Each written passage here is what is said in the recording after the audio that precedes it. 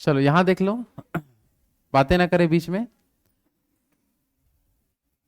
चलो इससे पहले देख लो जो जो चीज अपन देखे थे कल के क्लास में, उसको एक नजर देखते हैं कि अभी हम कौन कौन सा वंश पढ़ चुके हैं दक्षिण भारत में। तो दक्षिण भारत में सबसे पहले अपन देखे थे यहाँ पास कल चालुक्य वंश पढ़े थे, और इससे पहले वाकाटक वंश भी देख चुके थे। चालुक्य वंश की कितनी शाखा थी बताओ? 3 शाखाएं। कितने शाखी? पहला वातापी, दूसरा में कल्याणी, और तीसरा बेगी। तो वातापी वाले में देखे थे कि स्थापना कौन किया था? जयसिंह। लेकिन प्रतापी में कौन था? पुलकेशिन द्वितीय। तो इसने दो लड़ाई किया था, उत्तर भारत में हर्षवर्धन वालों से, और दक्षिण में पल्लव वंश का शासक क्या था? महेंद्र वर्मन, उससे कर दिया था। लेकिन दोबारा जब गया, महेंद्र वर्मन की जगह कौन आ चुका था? नरसिंहवर्मन। तो हार कौन गया? पुलकेशिन द्वितीय। जो चालुक्य वंश का क्या था बता दो? शासक। चालुक्य वतापी, फिर धीरे धीरे चालुक्य वतापी के सबसे लास्ट में कौन आया? कीर्तिवर्मन। कौन इसको मारा? दंती दुर्ग। और क्या चालू कर लिया? राष्ट्रकूट वंश। राष्ट्रकूट वंश देखे जिसका स्थापना कौन किया था? दंती दुर्ग, जिन्होंने त्रिपक्षीय संघर्ष में इन लोग भाग लिए थे। त्रिपक्षीय संघर्ष में स्टार्ट कौन किया था भाग लेने के लिए? ध्रुव। तो इनके बारे में पूरी चर्चा कर चुके हैं कल। त्रिपक्षीय संघर्ष क्या था, कौन कौन भाग लिया और जीता कौन था? जीता कौन था? प्रतिहार वाले। हारा एकदम सबसे ज्यादा कौन हार गया था? पाल वंश वाले। समझ आ पा रहा है? तो इसमें हम देख चुके थे। उसके बाद हम आगे बढ़े थे। इसका अंतिम शासक कौन आया था? कर्क द्वितीय। कर्क द्वितीय की हत्या कौन करेगा? तैलभ द्वितीय। और तैलभ द्वितीय फिर से क्या चालू करेगा? चालुक्य वंश। और कौन सा वंश को खत्म करेगा? राष्ट्रकूट वंश को खत्म करके कौन सा वंश चालू? चालुक्य वंश फिर से स्थापित करेगा। तो फिर से जो स्थापना कैसे हुआ था, कौन किया था, उसको अब समझते हैं। समझ आ पा रहा है? तो आज हम लोग कहां से पढ़ना चालू करेंगे? कल्याणी के चालुक्य से। कहां सीखेंगे? कल्याणी के जो चालुक्य हैं उनके बारे में। आ रहा समझ में आता है? चलो, कल्याणी के जो चालुक्य थे ये किस तरीके से उद्भव हुए थे अगर देखें ध्यान से, तो यहां पर हम देखेंगे एक चीज कि राष्ट्रकूट वंश वाले मुख्य रूप से क्या बता दो? राष्ट्रकूट वंश वाले धीरे धीरे क्या हो रहे थे बता दो? कमजोर। राष्ट्रकूट वाले धीरे धीरे क्या हो रहे थे? कमजोर। और कमजोर होने के बाद किसने बता दो? कर्क द्वितीय ने किसकी हत्या किया था? तैलभ द्वितीय का। और कौन से वंश? सॉरी सॉरी, तैल एक मिनट, कर्क द्वितीय जो है, कर्क द्वितीय की हत्या कौन किया था? तैलभ द्वितीय किया था। सॉरी, कर्क द्वितीय की हत्या कौन किया था? तैलभ द्वितीय। और कौन सा वंश की स्थापना किया था? कल्याणी के चालुक्य वंश। कल्याणी के चालुक्य वंश की स्थापना किया। और इसने अपनी प्रारंभिक राजधानी बनाया था मान्यखेट। किसको बनाया था? मान्यखेट। कर्नाटक वाले एरिया में बनाया था मान्यखेट को। लेकिन आगे चल के नेक्स्ट जो शासक आया जिसका नाम था सोमेश्वर प्रथम, कौन आता है? तो सोमेश्वर प्रथम जो था, ये हम ध्यान दें, सोमेश्वर प्रथम ने अपना राजधानी को चेंज किया। राजधानी को क्या कर लिया? स्थानांतरित। स्टार्टिंग में इनकी राजधानी क्या था बता दो? मान्यखेत। इसने अपनी राजधानी किसको बना लिया? कल्याणी को। और बहुत समय तक राजधानी क्या रहेगा? कल्याणी, जो कर्नाटक वाले क्षेत्र में आपका आएगा। समझ आ पा रहा है? तो इसका नाम क्या पड़ गया? कल्याणी के चालुक्य। क्या बोलेंगे? और इससे पहले कहाँ के चालुक्य थे? वतापी के। कहाँ के थे? वतापी के चालुक्य। ये सब पूरा एरिया कहाँ का है? कर्नाटक। कौन सा क्षेत्र आपका? कर्नाटक क्षेत्र में देखेंगे। तो ये मान्यखेट के स्थान पर राजधानी बन गया कल्याणी। तो नाम इनका क्या पड़ गया? कल्याणी के चालुक्य के नाम से जाना गया। समझ आ पा रहा है? तो सोमेश्वर प्रथम ने चेंज किया था राजधानी, मान्यखेट से क्या ले गया? कल्याणी। मान्यखेट किसने बनाया था? तो नाम क्या है? तैलभ द्वितीय। इसने अपनी राजधानी क्या बनाया था? मान्यखेट को। अगर ये लंबे समय तक होता तो मान्यखेट के कल्याणी बोलते अपन, लेकिन राजधानी क्या हो गया? कल्याणी। तो क्या बोलेंगे?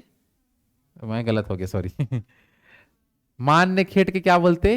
चालुक्य। क्या बोलते? मान्यखेट के चालुक्य। लेकिन अब राजधानी क्या हो गया था? तो कल्याणी चालुक्य बोलेंगे। मतलब जगह के हिसाब से उनको डिसाइड कर रहे हैं। यहां तक क्लियर है सबका? चलो, सोमेश्वर प्रथम का भी याद रखेंगे। सोमेश्वर प्रथम जो है राजेंद्र चोल से क्या हो गया बता दो? पराजित हो गया था। किससे पराजित? राजेंद्र चोल से पराजित हो गया और एकदम अपसेट हो गया। ये ठीक नहीं, क्या करूं मैं, हार गया ऐसा वाला। मेरे को पता चल रहा है क्या होता है वो, ठीक नहीं। अपसेट होना मतलब कोई भी चीज में हार जाओ, बड़ा तकलीफ होता है। तो सोमेश्वर प्रथम क्या किया? ये नदी में डूबकर आत्महत्या कर लिया और कुछ बचा नहीं, ठीक है। और सब लोग जाते थे ताना मारते थे, क्या होगा कैसे हार गए, अगर पुल बेइज्जती तो छोड़ हटा, ऐसे करके। कौन नदी में कूद के आत्महत्या कर लिया था, और कौन सा नदी में कूदा था? तुंगभद्रा नदी। कौन सा नदी? तुंगभद्रा जो नदी है उसमें क्या कर लिया था? आत्महत्या।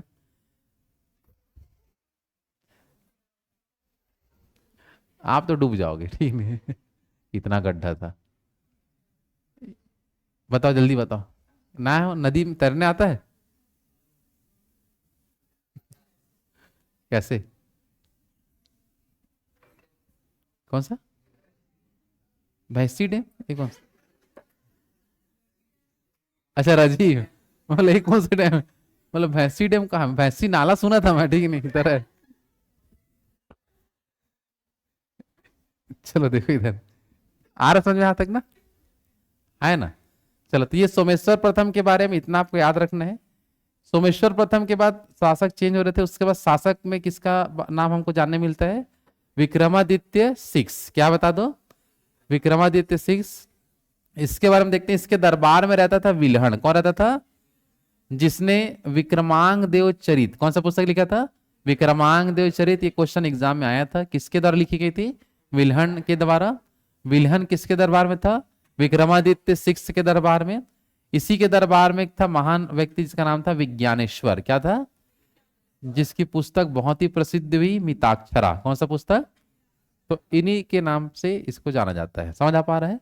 और इसी के समय आसपास आपका जो चोल शासक थे वो आसपास इनको बहुत परेशान कर रहे थे, तो चोलों के प्रभाव को इसने रोका था अपने समय में। किसके किसके प्रभाव को?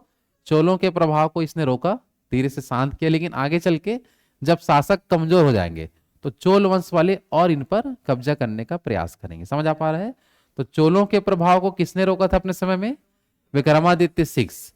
इसी के दरबार में कौन कौन रहते थे? पहला विल्हण और दूसरा विज्ञानेश्वर।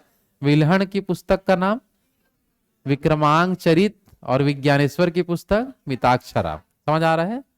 और सोमेश्वर जो चतुर्थ है, क्या है बता दो? वो कल्याणी के चालुक्य क्या था? अंतिम शासक। सोमेश्वर चतुर्थ था कहाँ का अंतिम शासक? कल्याणी के चालुक्य का अंतिम शासक कौन था? सोमेश्वर चतुर्थ। आया बात समझ में? हाँ कि नहीं? चलो, इसके बाद हम देखते हैं बेगी के चालुक्य। इनका कोई खास बात नहीं, ये सबसे कमजोर शाखा था चालुक्यों में। सबसे फेमस जो थे वह तापी वाले ही थे। कहाँ के थे बता दो? बाकी जो थे चालुक्य वंश वालों अपना स्थान चेंज कर रहे थे। उसी में से एक हमको क्या देखने मिलता है? बेगी के चालुक्य। समझ आ पा रहे हैं? इन्होंने अपनी राजधानी बनाया था बेगी को। बेगी है आंध्र प्रदेश में। समझ आ पा रहे हैं? पहले इनका राजधानी किधर था? आपका कर्नाटक तरफ। अब कहां से ले गया? आंध्र प्रदेश।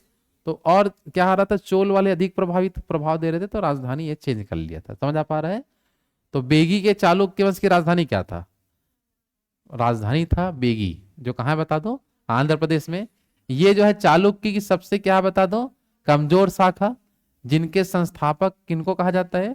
विष्णुवर्धन। इसमें कोई योग्य शासक नहीं आ पाया, इसलिए इसको नहीं पढ़ा जाता है। समझ आ रहा है?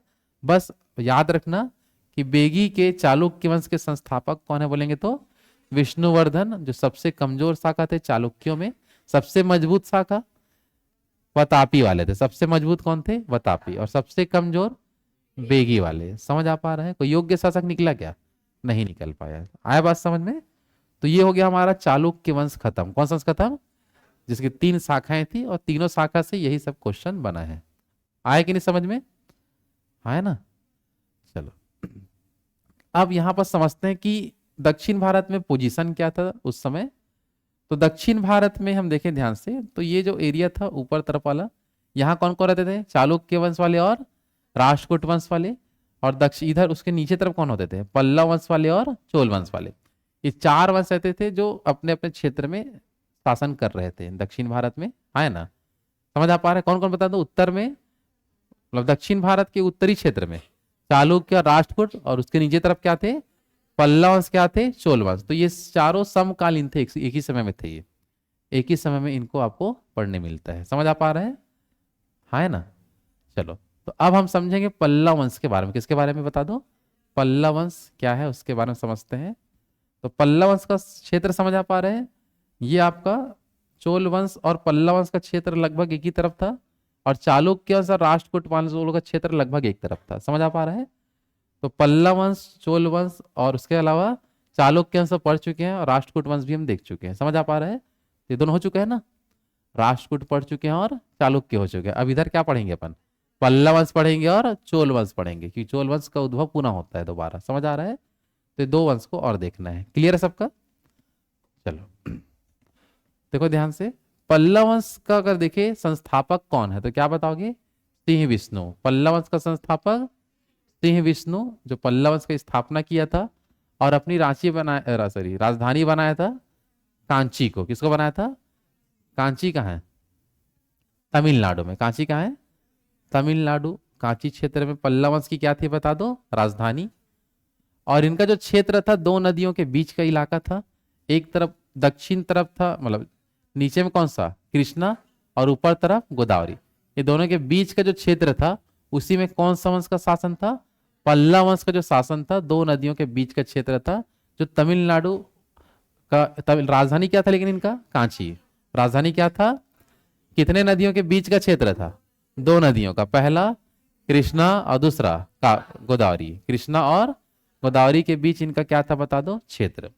पल्लव वंश की जानकारी हमको कहां से प्राप्त होती है अगर क्वेश्चन आए तो? प्रयाग प्रशस्ति अभिलेख हरिसेन का और हेन सांग की पुस्तक सियोकी में पल्लव वंश के बारे में पूरा लिखा गया है कि कहाँ क्या इनकी राजधानी थी और क्या इनकी विशेषताएं हैं।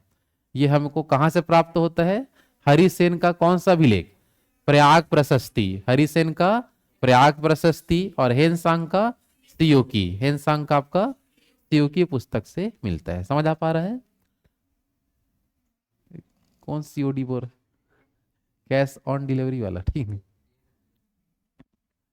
अभी बचपना में वही सब याद आता है। ठीक नहीं, गेम, वीडियो गेम खेलते हो? चलो देखो इधर, इसमें देख लो, इसी के समय में आपका चलता था उत्तर, मतलब ऊपर तरफ। समझ आ रहा है ना? राष्ट्रकूट वाले सर क्या थे? चालुक्य वाले। तो चालुक्य व तापी का शासक कौन था बता दो? पुलकेशिन द्वितीय। तो देख लो, महेंद्र वर्मन को किसने हराया था? पुलकेशिन द्वितीय द्वारा पराजित किए थे। तो उत्तर में लोग चल रहे थे, दक्षिण में ही लोग थे, तो लड़ाई हो रहा था। समझ आ पा रहा है? हाँ है ना? और इसके बाद शासक कौन आ गया? नरसिंहवर्मन प्रथम। इसने किसको हरा दिया? पुलकेशिन द्वितीय को हरा दिया। तो दोनों वंशों के बीच लड़ाई हुआ था, पल्लव वंश वाला और राष्ट्र सॉरी बता चालुक्य वंश वाले। कहाँ चालुक्य? बतापी वाले थे ना, क्योंकि शक्तिशाली में ही था पुलकेशिन द्वितीय, एहोल अभिलेख वाला। तो लड़ाई हुआ था महेंद्र वर्मन से और नरसिंहवर्मन प्रथम से। पहले में तो जीत गया था, दूसरे में क्या हो गया था? हार गया था। समझ आ पा रहा है? हाँ कि नहीं? चलो, नरसिंहवर्मन जो प्रथम है, इसने जो मंदिर बनाया था महाबलीपुरम में, एकशमी मंदिर। कौन सा मंदिर बनाया था? एकशमी मंदिर। तो महाबलीपुरम तमिलनाडु वाला जो इलाका ही, वहां कौन सा मंदिर बनाया? एकशमी मंदिर, जिसे वर्तमान में रथ मंदिर भी बोलते हैं। क्या बोलते हैं? रथ मंदिर के नाम से भी जानते हैं। और देखो, पुलकेशिन द्वितीय के दरबार में हेनसांग आया था कि नहीं आया था? लिखे थे। हेनसांग जो है किसके दरबार में गया था? पुलकेशिन द्वितीय। अब भले उन, और हेनसांग जो गया था नरसिंहवर्मन प्रथम के दरबार में भी गया था, ये भी है। समझ आ रहा है? तो हेनसांग देखो, एक तो हर्षवर्धन के दरबार में गया, फिर घूमते घूमते नीचे आ रहे हैं, फिर किसके दरबार में जाएगा? पुलकेशिन द्वितीय। उसके बाद फिर समय बीतते जाएगा और किसके दरबार में? नरसिंहवर्मन प्रथम। तो तीन शासक आपको याद रखना है। समझ आ पा रहा है कि आपका हेनसांग जो है, जिसका पुस्तक का नाम क्या है? सियोकी, यह किसके किसके दरबार में गया था, कौन कौन से शासक हुए थे? तो सबसे फेमस में कौन था? हर्षवर्धन, जिसका क्वेश्चन ज्यादा एग्जाम में आता है। मान लो हर्षवर्धन नहीं दिया है तो आपको और क्या क्या दे सकता है?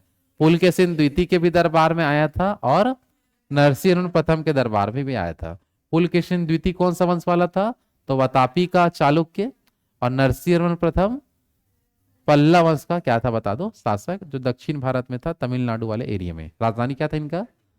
राजधानी क्या था? कांची। राजधानी का नाम कांची। क्लियर है सबका यहां तक? हाँ है ना? चलो पल्लव वंश के बारे में देखते हैं और कुछ जानकारी है, जैसे कि चलो पल्लव वंश के संबंध में आगे देखो आपको और क्या समझना है। चलो, पल्लव वंश में जो शासक था इसके बाद जो शासक कौन आता है? नरसिंहवर्मन प्रथम तो हो चुका था। अब नाम क्या देखने मिल रहा है? नरसिंहवर्मन द्वितीय। इसके दरबार में एक व्यक्ति रहता था दंडी। कौन सा था? दंडी नामक विद्वान रहता था, जिसने दास कुमार चरितम, कौन सा पुस्तक लिखा था? दास कुमार चरितम। ये क्वेश्चन एग्जाम में बना है, समझ आ पा रहा है? दास कुमार चरितम पुस्तक किसके द्वारा लिखा गया था? दंडी के द्वारा, जो किसके दरबार में रहता था? नरसिंहवर्मन द्वितीय। जो कौन सा वंश का शासक है? पल्लव वंश। कौन सा वंश? पल्लव वंश। सुनते ही याद रखना कि दक्षिण भारत के राजवंश है, तमिलनाडु वाले क्षेत्र में थे। समझ आ पा रहा है? हाँ है ना? चालुक्य वंश सुनेंगे तो आपको दिमाग में आना चाहिए कि कर्नाटक वाले एरिया है। भले लास्ट लास्ट में लोग आंध्र प्रदेश तरफ आ जाएंगे, लेकिन शुरू में कहाँ थे? कर्नाटक में ही उनका मेन शासन होता था। समझ आ पा रहा है? हाँ कि नहीं? चलो, नरसिंहवर्मन द्वितीय के समय में ही क्या हुआ था? भारत में अरबों का आक्रमण चालू हो गया। उत्तर भारत में मुस्लिम आक्रमण अब ऊपर में चालू, नीचे में पल्लव वंश चल रहे हैं और ऊपर में अब क्या आक्रमण? अरब आक्रमण। तो मुस्लिम आक्रमणकारी अब आना चालू कर देंगे। जिस समय दक्षिण भारत में किसका शासन चल रहा था? नरसिंहवर्मन द्वितीय का। समझ आ पा रहा है? हाँ कि नहीं? नरसिंहवर्मन द्वितीय ने देख लो कांची में बनाया था कैलाश मंदिर। कांची में क्या बनाया था? कैलाश मंदिर हो गया। सप्त पैगोड़ा मंदिर, कौन सा मंदिर? सप्त पैगोड़ा का शेर मंदिर बोला जाता है। और एक था महाबलीपुरम का मंदिर। कौन सा मंदिर? महाबलीपुरम। तो तीनों क्वेश्चन एकदम इंपॉर्टेंट है, याद रखना। समझ आ रहा है? कांची का कैलाश मंदिर किसने बनाया था? नरसिंहवर्मन द्वितीय। कांची में ही आपका सप्त पैगोड़ा का शेर मंदिर मिलेगा आपको। और तीसरा महाबलीपुरम मंदिर। ये तीनों कहाँ है आपका? कांची में। तो तीनों ही आपका किसके द्वारा बनाया गया था? नरसिंहवर्मन द्वितीय की तरह बनाया गया था। समझ आ पा रहा है? जिसमें ज्यादातर क्वेश्चन आता है सप्त पैगोड़ा वाला। कौन सा क्वेश्चन आता है? सप्त पैगोड़ा जो मंदिर है किसके द्वारा बनाया गया था? नरसिंहवर्मन द्वितीय। एक बार क्वेश्चन ये आया था कि सप्त पैगोड़ा मंदिर का संबंध किस वंश से है? तो यह है पल्लव वंश। कौन सा वंश आपका? कि पल्लव वंश के ही शासक ने उसको बनाया था। समझ आ पा रहा है? हाँ कि नहीं? चलो, पल्लव वंश जो था दक्षिण भारत के तमिलनाडु में, इसका अंतिम शासक जो आया, जिसका नाम था अपराजित, लेकिन काम था उल्टा। ठीक नहीं, पराजित हो गया। नाम क्या था? अपराजित। समझ आ पा रहा है? लेकिन वो हो गया नहीं, दूसरा लोग कर दिए उसको, मतलब पराजित कर देते हैं। ठीक है ना? तो सबसे अंतिम शासक का नाम बताओ क्या था? अपराजित। इसे चोल वंश के शासक आदित्य प्रथम, क्या नाम है? आदित्य प्रथम ने पराजित किया और चोल वंश का पुनः क्या करेगा? स्थापना। क्योंकि यहां पर देखेंगे ध्यान से, ये वाला जो नक्शा चित्र देख रहे हैं, तो पल्लव वंश चल रहा था। धीरे धीरे पल्लव वंश क्या हो जाता है बता दो? कमजोर। और कौन सा शक्तिशाली? चोल वंश। तो पल्लव वंश को खत्म करके कौन आएगा? चोल वंश दक्षिण भारत में आएगा आपका। आया बात समझ में? हाँ है ना? चलो, तो यहां पर समझेंगे। पहले ही देखो, चोल वंश पहले खत्म हो चुका था। चोल वंश हम लोग कहां पढ़े थे पहले ये बताओ? संगम काल में। कौन से काल में? संगम काल में पढ़े थे ना चोल वंश। फिर चोल वंश धीरे धीरे समाप्त हो जाता है और फिर बहुत सालों के बाद फिर से चोल वंश का उद्भव होता है, क्योंकि उनके वंश वाले उस समय, उस मतलब लंबे समय तक वहां के वंश वाले थे। समझ आ पा रहा है? तो चोल वंश पुनः स्थापित कौन करेगा बता दो? आदित्य प्रथम। किसको हराएगा? अपराजित को। किसको हराएगा? अपराजित को हराकर पुनः कौन से वंश का स्थापना करेगा? चोल वंश का स्थापना करता है। समझ आ पा रहे हैं यहां तक? है ना? चलो, इसके आगे पढ़ने से पहले आज अभी जो पढ़े हैं इसको एक बार बता दो, फिर आगे बढ़ते हैं ना। ठीक है? चलो, आज हम लोग देखें पहला चीज यहाँ पर कल्याणी के चालुक्यों के बारे में समझ रहा है।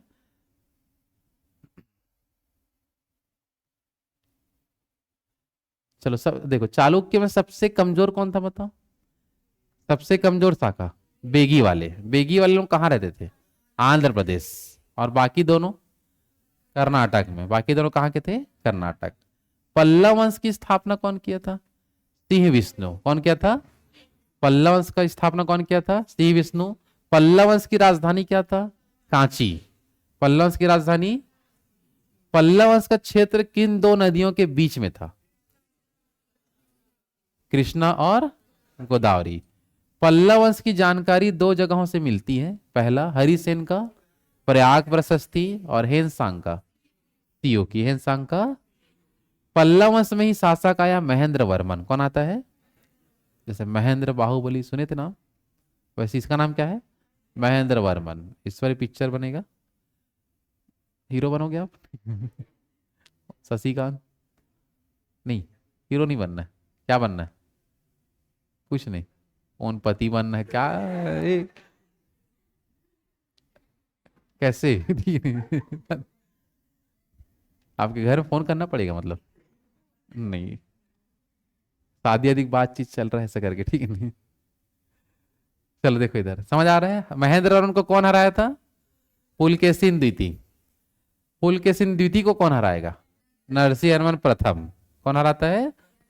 नरसिंहवर्मन प्रथम ने इसने जो रथ मंदिर बनाया था, जिसको एकाश्मी मंदिर ही बोलते हैं, क्या बोलते हैं? एकाश्मी मंदिर। नरसिंहवर्मन प्रथम के दरबार में कौन आया था? हेनसांग। पुलकेशिन द्वितीय के दरबार में भी हेनसांग। हर्षवर्धन के दरबार में भी। हेनसांग का काम क्या था? घूमना और जा जाके लिखना, और सब लोग बढ़िया बुलाते भी थे, मेरे बारे में लिख देना ऐसे करके, ठीक है? तो उसका पुस्तक बहुत ही प्रसिद्ध रहा, सीयू की पुस्तक। भारत के अधिकांश राजाओं के बारे में उसमें मिल जाता है। समझ आ पा रहा है? नरसिंहवर्मन जो द्वितीय था, इसके दरबार में था दंडी नामक विद्वान, जिसने कौन सा पुस्तक लिखा था? दास कुमार चरितम। नरसिंहवर्मन द्वितीय ने कांची में 3 चीज बनाया था। पहला कैलाश मंदिर, दूसरा सप्त पैगोड़ा का शेर मंदिर, और तीसरा महाबलीपुरम का मंदिर। समझ आ पा रहा है? पल्लव वंश का सबसे अंतिम राजा कौन आया? अपराजित। कौन आता है? अपराजित आएगा, लेकिन उसको पराजित कौन कर दिया? कौन सा? आदित्य प्रथम हरा देगा, और कौन सा वंश चालू करेगा? चोल वंश। तो चोल वंश का पुनः उद्भव किस वंश के बाद हुआ? पल्लव वंश के बाद। किस वंश के बाद? चलो, तो अब पढ़ते हैं चोल वंश के बारे में। किसके बारे में? तो चोल वंश हमें देखने मिला 9वीं सदी में। कौन सी सदी में? जो पहले चला था संगम काल में, 100 से लेकर 250 ईस्वी तक का जो समय था ना, उस समय चोल वंश वाले थे दक्षिण भारत में। फिर से दक्षिण भारत में चोल वंश आए किस सदी में? 9वीं सदी में ये आते हैं। समझ आ पा रहे हैं? हाँ कि नहीं? तो ये जो चोल वंश जो थे, वो किनके सामंत थे 9वीं सदी वाले? पल्लव के क्या थे? सामंत। पल्लव के यहाँ काम करते थे। और जैसे जैसे पल्लव वंश कमजोर हो रहा था, तो कौन सा वंश शक्तिशाली हुआ? चोल वंश धीरे धीरे शक्तिशाली होता गया, क्योंकि दक्षिण भारत में उस क्षेत्र में चोल वंश वालों का ही पूरा वंश वाले थे पूरे ज्यादातर। तो पल्लव वंश वाले लोग सब लोगों को अपने यहाँ काम में रख लेते थे। समझ आ पा रहे हैं? तो धीरे धीरे अब जमीन देना रहता था, पैसा तो था नहीं। समझ आ पा रहे हैं? तो वेतन के बदले जमीन देने वाला व्यवस्था जो बहुत बेकार था, जो आगे चल के चेंज होगा। समझ आ रहे हैं? चेंज कौन करेगा उसको भी समझेंगे। तो यहाँ पर समझ में आ रहा है चोल वंश किसके सामंत थे? पल्लवों के। और चोल वंश वाला जो चोल वंश की राजधानी किस क्या था बता दो? तंजौर। तंजौर कहाँ है? तमिलनाडु में। तंजौर कहाँ बता दो? तमिलनाडु में आपको मिल जाएगा। समझ आ पा रहे हैं? और ये जो था वो संगम कालीन चोल वंश की क्या थी? एक शाखा। तो जो संगम वंश में हम जो पढ़े थे 100 से लेकर 250 ईस्वी के बीच में, उसी का एक क्या है? शाखा है, जिनका उद्भव 9वीं सदी में हुआ था। किस सदी में हुआ था? 9वीं सदी में। समझ आ रहा है? हाँ कि नहीं? चलो, और इनके मुख्य रूप से अगर हम बात करें, देखो यहां पर हम देखें ध्यान से, तो अपराजित को किसने पराजित किया? मतलब आदित्य प्रथम। और चोल वंश का पुनः क्या किया था? स्थापना। लेकिन शुरू में ये सामंत ही के रूप में ही काम कर रहा था, उतना मतलब मुख्य रूप से संस्थापक नहीं बना था। इसका हम बात करेंगे, वास्तविक संस्थापक का नाम देखेंगे, तो नाम क्या रहेगा आपका? विजयालय। क्या था बता दो? विजयालय के समय चोल वंश का मुख्य रूप से स्थापना हुआ। तो चोल वंश का वास्तविक संस्थापक में कौन आएगा? विजयालय। विजयालय ने उपाधि लिया था नर केसरी की उपाधि। किसकी उपाधि? और इसको बोलते हैं चोल वंश का द्वितीय संस्थापक। क्या बोलते हैं? चोल वंश का द्वितीय संस्थापक किसको बोलते हैं? विजयालय को बोला जाता है। समझ आ पा रहा है? तो इसका नाम ज्यादा प्रसिद्ध हुआ 9वीं सदी के चोल वंश में। आया बात समझ में? ये किनकी शाखा थी बोलेंगे तो? संगम कालीन चोल वंश की क्या थी? शाखा। लेकिन जिस समय 9वीं सदी में जो आए थे वो किनके सामंत थे? पल्लवों के यहाँ काम करने वाले थे, तो उनके क्या थे बता दो? सामंत। इनका हम बात करें, चोल वंश का द्वितीय संस्थापक किसे बोलते हैं? विजयालय को। कौन सी उपाधि इसने लिया था? नर केसरी की उपाधि। कौन सी उपाधि? नर केसरी। हाँ है ना? समझ आ रहा है? चलो यहां बस लेकिन देखते हैं आदित्य प्रथम के बारे में। जब अभी देखे थे, आदित्य जो प्रथम, ये एक ऐसा पल्लव शासक था जिसने किसको हराया था? अपराजित को पराजित किया। और कौन सा वंश किसने अंत कर दिया? दरअसल पल्लव वंश का अंत किया था। कौन सा वंश का अंत किया था? तो अगर क्वेश्चन है पल्लव वंश को अंत किसने किया? आदित्य प्रथम। लेकिन पल्लव वंश का स्थापना कौन किया था? विजयालय नामक व्यक्ति ने किया था। दोनों आपको कंफ्यूजन करता है, इसलिए अच्छे से याद रखना। समझ आ पा रहा है, हाँ कि नहीं? तो फिर से देख लो, आदित्य प्रथम किसको हराया था बोलेंगे तो अपराजित। अपराजित कौन सा वंश का राजा था? पल्लव वंश का। समझ आ पा रहा है? चलो, आदित्य प्रथम के बाद अगला शासक आता है परांतक प्रथम। कौन आता है? चलो, परांतक प्रथम जो है, इसने अपने समय में एक क्षेत्र जीता था जिसका नाम था आपका मदुरै। कौन सा क्षेत्र जीता था? मदुरै क्षेत्र होता था दक्षिण भारत का ही, है ना? समझ आ पा रहे हैं?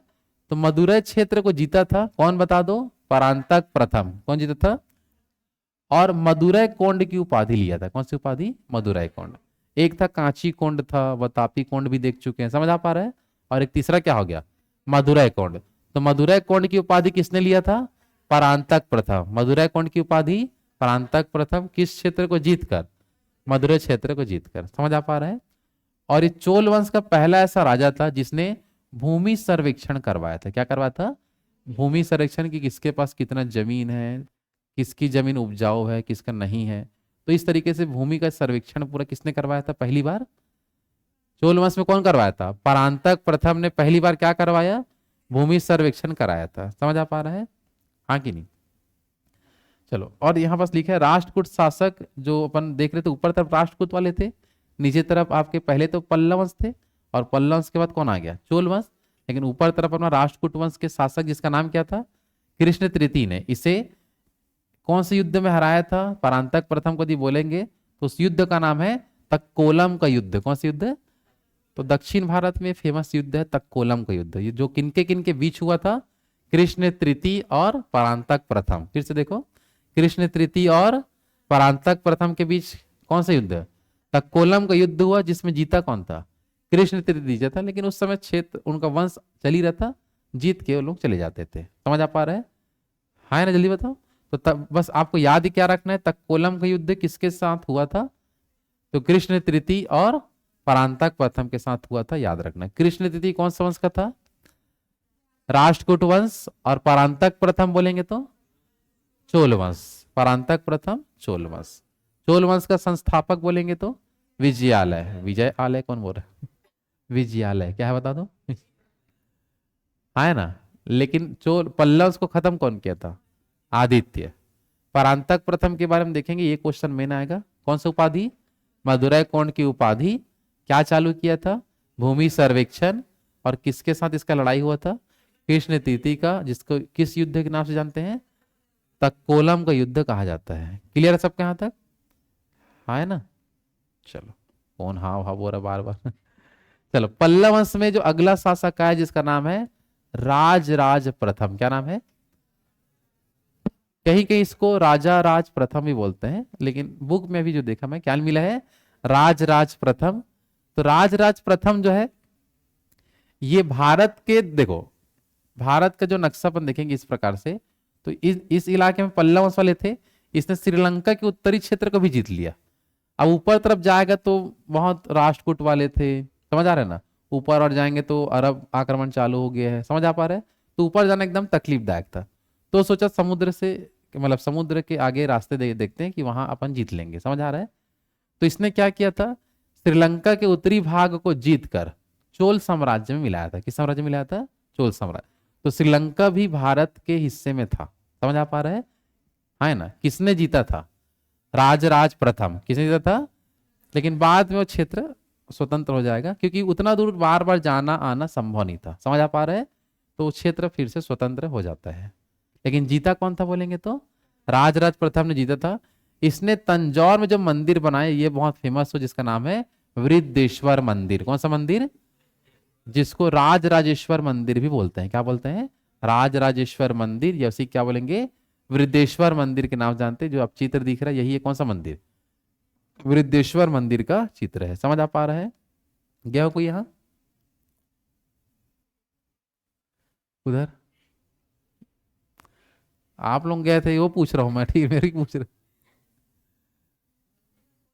सोच रहे हो, मत सोचना, ठीक है? बहुत दूर है चलो, तो तंजौर में कौन सा मंदिर इसने बनाया था बता दो? वेदेश्वर मंदिर। किसने बनाया था? राजराज प्रथम ने। ये जो मंदिर है किस धर्म से संबंधित है? शैव धर्म। मतलब ये या राजराज प्रथम किस धर्म को मानता था? शैव धर्म को मानने वाला था। और इसने शिवपाद की उपाधि लिया था। कौन सी उपाधि? शिवपाद की उपाधि। और ये अपने अंतिम समय में मालदीव तरफ क्षेत्र को भी जीता था। क्या समुद्री मार्ग को जीतने का प्रयास किया था। तो इससे पहले श्रीलंका के उत्तरी क्षेत्र को भी जीत चुके हैं। और इधर भारत की इधर अपन जाएंगे इस क्षेत्र में, तो आपको मिलेगा कौन सा क्षेत्र? मालदीव। क्या मिलता है? तो मालदीव क्षेत्र को भी अपने समय में जीत लिया था ये। लेकिन समुद्र से मतलब स्थल क्षेत्र से बहुत दूर होने के कारण वहां शासन नहीं कर पाया गया, है ना। लेकिन श्रीलंका और मालदीव इनको भी जीता किसने था बता दो? राजराज प्रथम ने जीता था। जिसने कौन सा मंदिर बनाया था प्रसिद्ध? वृद्धेश्वर मंदिर बनाया था, जो बहुत ही फेमस मंदिर है। पूछा जाता है कहाँ है करके भी आता है कि वृद्धेश्वर मंदिर भारत में कहाँ है बता दो? तंजौर में है, तंजौर तमिलनाडु में। समझ आ पा रहे हैं, हाँ कि नहीं? चलो, तो राजराज प्रथम के बारे में हो गया। वृद्धेश्वर मंदिर के बारे में कुछ और जानकारी है, उसको देखो ध्यान से। चलो, तो इसी को वृद्धेश्वर मंदिर या इसी क्या बोलते हैं? राजराजेश्वर मंदिर के नाम से जानते हैं। जो तमिलनाडु के कहाँ है बता दो? तंजौर में है। जो एक हिंदू धर्म से संबंधित प्रसिद्ध मंदिर है, जो 11वीं सदी में बनना चालू हुआ था। कब चालू हुआ था? 11वीं सदी। 9वीं सदी में तो फिर से चोल वंश आया और धीरे धीरे आगे बढ़ते गया। तो ये जो मंदिर है वो कौन से सदी का है पूछेगा तो क्या बताओगे? 11वीं सदी का ये मंदिर है। मुख्य रूप से आपको ध्यान रखना है। और इसका जो निर्माण हुआ था वो 1003 से लेकर 1010 ईस्वी के बीच में हुआ था। और इसका निर्माण चोल शासक, जिसका नाम क्या है? वही लिखा है राजा, नहीं क्या लिखा है? राजराज चोल। क्या लिखा है? राजराज चोल ने करवाया था। समझ आ रहा है? और यहाँ किनकी मूर्ति है बता दो? भगवान शिव से संबंधित है। तंजौर का जो वृद्धेश्वर मंदिर है किस भगवान से रिलेटेड है बोलेंगे तो? शिव भगवान से क्या है? संबंधित है ना। और यहां जो लिखा है, इसके गुंबज की जो परछाई है वो पृथ्वी पर नहीं पड़ती है। मतलब किसी भी तरीके से इसका परछाई दिखता नहीं, इस ढंग से उसको बनाया गया था। वृद्धेश्वर मंदिर का मतलब कौन से मंदिर की परछाई पृथ्वी में पड़ता ही नहीं है, कहीं से भी सूर्य उग जाए तो कौन सा मंदिर है? वृद्धेश्वर मंदिर का जो गुंबज है वाला, इसका परछाई कहीं पड़ता है क्या? नहीं दिखता, ऐसा बोलते हैं। समझ आ पा रहा है? तो इसका क्वालिटी है।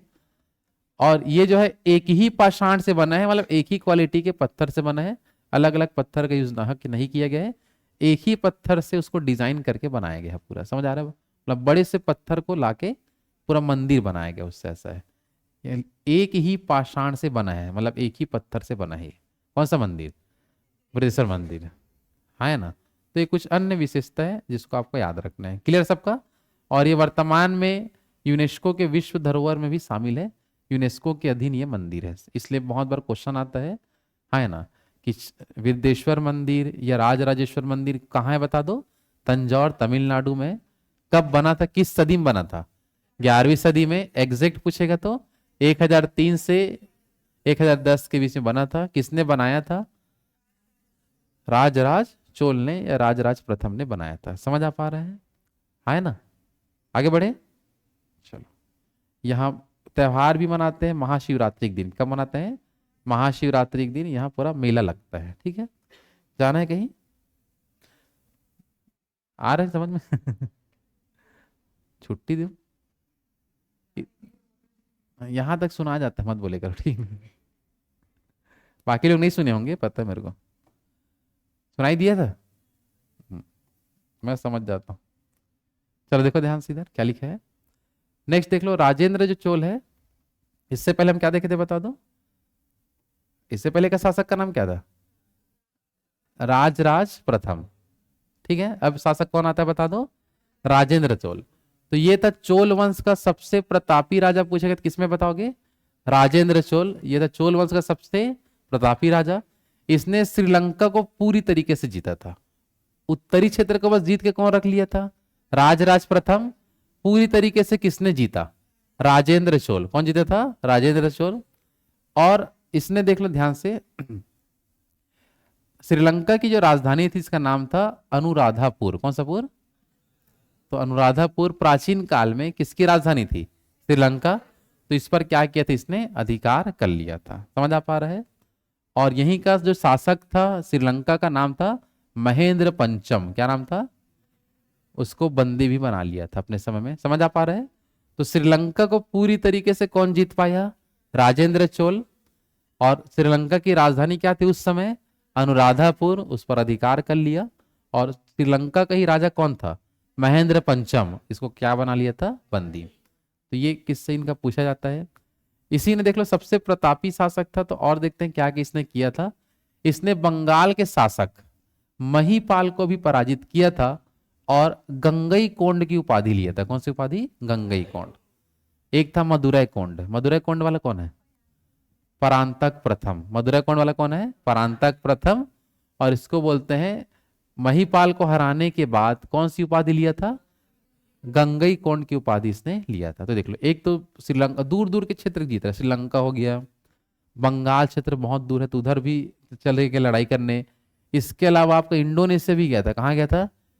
इंडोनेशिया का एक द्वीप है सुमात्रा। कौन सा द्वीप? तो सुमात्रा जो द्वीप है कहाँ बता दो? इंडोनेशिया में। इंडोनेशिया ये सुमात्रा का जो शासक था जिसका नाम क्या था आपका? शैलेंद्र। इसको भी इसने क्या किया था? पराजित। समझ आ रहा है ना। और ये अपने साथ में मतलब किधर युद्ध करना है, किस टाइप का रणनीति बनाना है, शासन कैसे करना है, उसके लिए ये 72 सदस्य का दूत मंडल अपने पास रखता था, जिसको चीन भी भेजा था। कहाँ भेजा था? चीन। तो 72 सदस्य का दूत मंडल को चीन किसने भेजा था?